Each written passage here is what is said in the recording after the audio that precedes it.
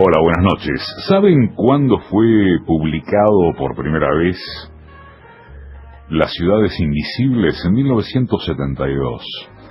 Y fue como nota preliminar a una nueva edición que se utilizó un documento, el texto inédito de una conferencia dictada por Italo Calvino para los estudiantes de la Universidad de Nueva York. Y de ese valioso texto, muy valioso, extrajimos la voz del autor en los fragmentos con los que damos comienzo a este primer bloque y al siguiente. Porque hoy, en Dos Gardenias, Italo Calvino. En las ciudades invisibles no se encuentran ciudades reconocibles. Son todas inventadas. He dado a cada una un nombre de mujer. El libro consta de capítulos breves, cada uno de los cuales debería servir de punto de partida de una reflexión válida para cualquier ciudad, o para la ciudad en general. El libro nació lentamente, con intervalos a veces largos, como poemas que fui escribiendo, según las más diversas inspiraciones. Cuando escribo, procedo por series. Tengo muchas carpetas donde meto las páginas escritas, según las ideas que se me pasan por la cabeza, o apuntes de cosas que quisiera escribir. Tengo una carpeta para los objetos, una carpeta para los animales, una para las personas, una carpeta para los personajes históricos y otra para los héroes de la mitología. Tengo una carpeta sobre las 4 estaciones y una sobre los 5 sentidos. En una recojo páginas sobre las ciudades y los paisajes de mi vida, y en otra, ciudades imaginarias, fuera del espacio y del tiempo. Cuando una carpeta empieza a llenarse de folios, me pongo a pensar en el libro que puedo sacar de ellos. Al hombre que cabalga largamente por tierras selváticas le acomete el deseo de una ciudad. Finalmente llega a Isadora, ciudad donde los palacios tienen escaleras de caracol incrustadas de caracoles marinos, donde se fabrican según las reglas del arte catalejos y violines, donde cuando el forastero está indeciso entre 2 mujeres, encuentra siempre una tercera, donde las riñas de gallos degeneran en peleas sangrientas entre los apostadores. Pensaba en todas estas cosas cuando deseaba una ciudad. Isadora es, pues, la ciudad de sus sueños, con una diferencia. La ciudad soñada lo contenía joven. A Isadora llega a avanzada edad. En la plaza está la pequeña pared de los viejos, que miran pasar la juventud. El hombre está sentado en fila con ellos. Los deseos ya son recuerdos. Calvino, las ciudades y la memoria. Al cabo de 3 jornadas, andando hacia el mediodía, escribe Italo Calvino en Las ciudades y el deseo 2, el hombre se encuentra en Anastasia, una ciudad bañada por canales concéntricos y sobrevolada por cometas. Debería ahora enumerar las mercancías que se compran a buen precio: ágata, onix, crisopacio y otras variedades de calcedonia; alabar la carne del faisán dorado que se cocina sobre la llama de leña de cerezo estacionada y se espolvorea con mucho orégano; hablar de las mujeres que he visto bañarse en el estanque de un jardín y que a veces, así cuentan, invitan al viajero a desvestirse con ellas y a perseguirlas en el agua. Pero con estas noticias no te diré la verdadera esencia de la ciudad, porque mientras la descripción de Anastasia no hace sino despertar los deseos uno por uno, para obligarte a ahogarlos, a quien se encuentra una mañana en medio de Anastasia los deseos se le despiertan todos juntos y lo circundan. La ciudad se te aparece como un todo en el que ningún deseo se pierde y del que tú formas parte, y como ella goza de todo lo que tú no gozas, no te queda sino habilitar ese deseo y contentarte. Tal poder que a veces dicen maligno, a veces benigno, tiene Anastasia. Una ciudad engañadora, Si durante 8 horas al día trabajas como tallador de ágatas, ónices, crisopáceos, Tu afán que da forma al deseo, toma del deseo su forma, y crees que gozas por toda Anastasia, cuando solo eres su esclavo. De la ciudad de Cima los viajeros vuelven con recuerdos bien claros, escribe Calvino. Un negro ciego que grita en la multitud, un loco que se asoma por la cornisa de un rascacielos, una muchacha que pasea con un puma sujeto con una traíla. En realidad muchos de los ciegos que golpean con el bastón el empedrado de Sirma son negros. En todos los rascacielos hay alguien que se vuelve loco. Todos los locos se pasan horas en las cornisas. No hay puma que no sea criado por un capricho de muchacha. La ciudad es redundante. Se repite para que algo llegue a fijarse en la mente. Vuelvo también yo de Sirma. Mi recuerdo comprende dirigibles que vuelan en todos los sentidos, a la altura de las ventanas, calles de tiendas donde se dibujan tatuajes en la piel de los marineros, trenes subterráneos atestados de mujeres obesas que se sofocan. Los compañeros que estaban conmigo en el viaje, en cambio, juran que vieron un solo dirigible suspendido entre las agujas de la ciudad, un solo tatuador que disponía sobre su mesa agujas y tintas y dibujos perforados, una sola mujer gorda, apantallándose en la plataforma de un vagón. La memoria es redundante, repite los signos para que la ciudad empiece a existir.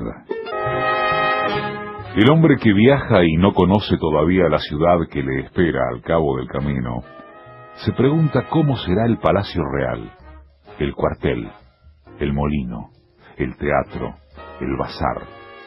En cada ciudad del imperio, cada edificio es diferente y está dispuesto en un orden distinto.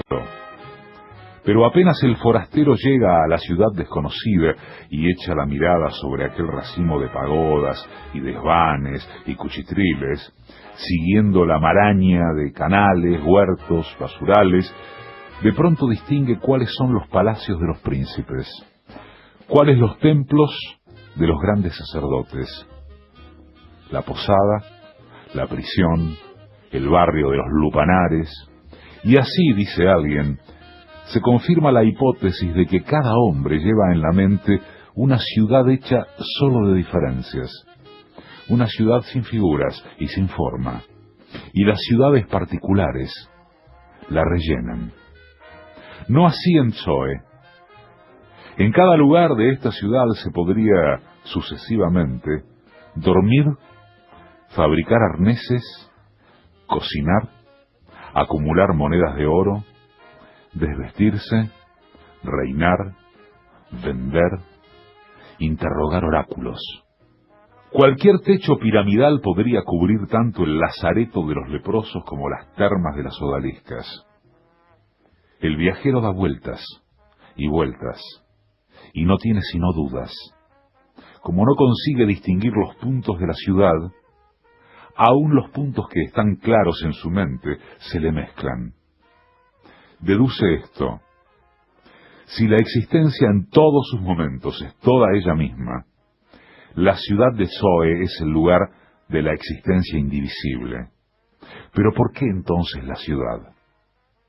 ¿Qué línea separa el dentro del fuera? El estruendo de las ruedas, del aullido de los lobos. Ítalo Calvino, Las ciudades y los signos 3.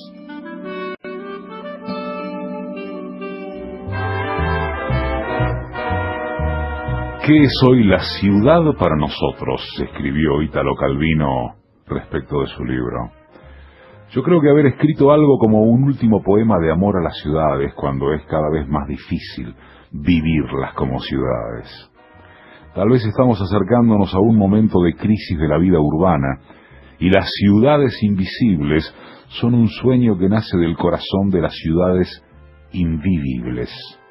Se habla hoy con la misma insistencia tanto de la destrucción del entorno natural como de la fragilidad de los grandes sistemas tecnológicos que pueden producir perjuicios en cadena, paralizando metrópolis enteras.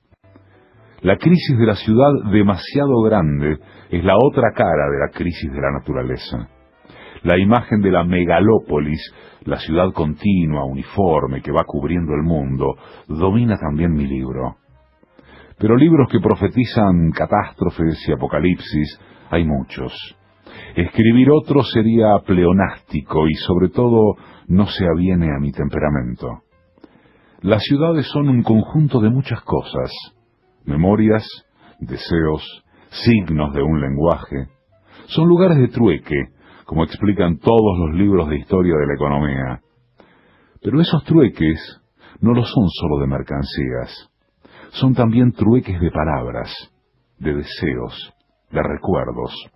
Mi libro se abre y se cierra con las imágenes de ciudades felices que cobran forma y se desvanecen continuamente, escondidas en las ciudades infelices. Este es un fragmento del prólogo de Las ciudades invisibles de Italo Calvino.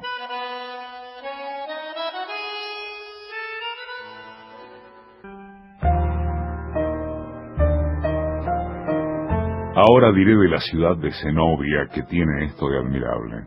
Aunque situada en terreno seco, se levanta sobre altísimos pilotes, y las casas son de bambú y de zinc, con muchas galerías y balcones, situadas a distinta altura sobre zancos, que se superponen unos a otros, unidos por escalas de cuerda y veredas suspendidas, 20 coronadas por miradores cubiertos de techos cónicos, cubas de depósitos de agua, veletas, de los que sobresalen roldanas, sedales y grúas.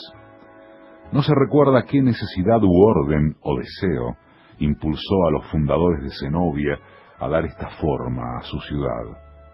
Y por eso no se sabe si quedaron satisfechos con la ciudad tal como hoy la vemos, crecida quizá por superposiciones sucesivas del primero y por siempre indescifrable diseño.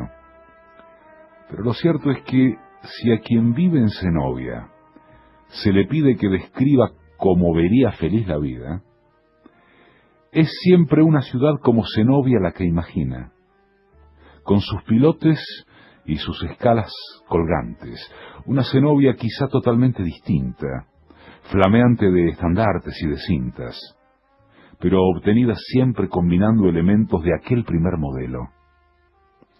Dicho esto, es inútil decidir si ha de clasificarse a Zenobia entre las ciudades felices o entre las infelices. No tiene sentido dividir las ciudades en estas dos especies, sino en otras dos, las que a través de los años y las mutaciones siguen dando forma a los deseos, y aquellas en las que los deseos o bien logran borrar la ciudad o son borrados por ella. En Cloé, gran ciudad, las personas que pasan por las calles no se conocen. Al verse imaginan mil cosas las unas de las otras, los encuentros que podrían ocurrir entre ellas, las conversaciones, las sorpresas, las caricias, los mordiscos. Pero nadie saluda a nadie. Las miradas se cruzan un segundo y después huyen. Husmean otras miradas. No se detienen. Pasa una muchacha que hace girar una sombrilla apoyada en su hombro y también un poco la redondez de las caderas.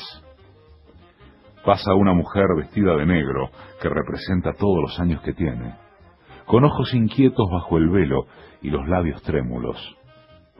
Pasa un gigante tatuado, un hombre joven con el pelo blanco, una enana, dos mellizas vestidas de coral. Algo corre entre ellos, un intercambio de miradas como líneas que unen una figura a la otra y dibujan flechas, estrellas, triángulos, hasta que todas las combinaciones en un instante se agotan y otros personajes entran en escena. Un ciego con un guepardo sujeto con cadena, una cortesana con abanico de plumas de avestruz, un efebo, una mujer descomunal. Así, entre quienes por casualidad se juntan para guarecerse de la lluvia bajo un soportal, o se apiñan debajo del toldo del bazar, o se detienen a escuchar la banda en la plaza, se consuman encuentros, seducciones, copulaciones, orgías, sin cambiar una palabra. sin rozarse con un dedo, casi sin alzar los ojos. Una vibración lujuriosa mueve continuamente a Chloé, la más casta de las ciudades. Si hombres y mujeres empezaran a vivir sus efímeros sueños, cada fantasma se convertiría en una persona con quien comenzar una historia de persecuciones, de simulaciones, de malentendidos, de choques, de opresiones. Y el carrusel de las fantasías se detendría. Escribió Italo Calvino en el 2 de Las ciudades y los trueques.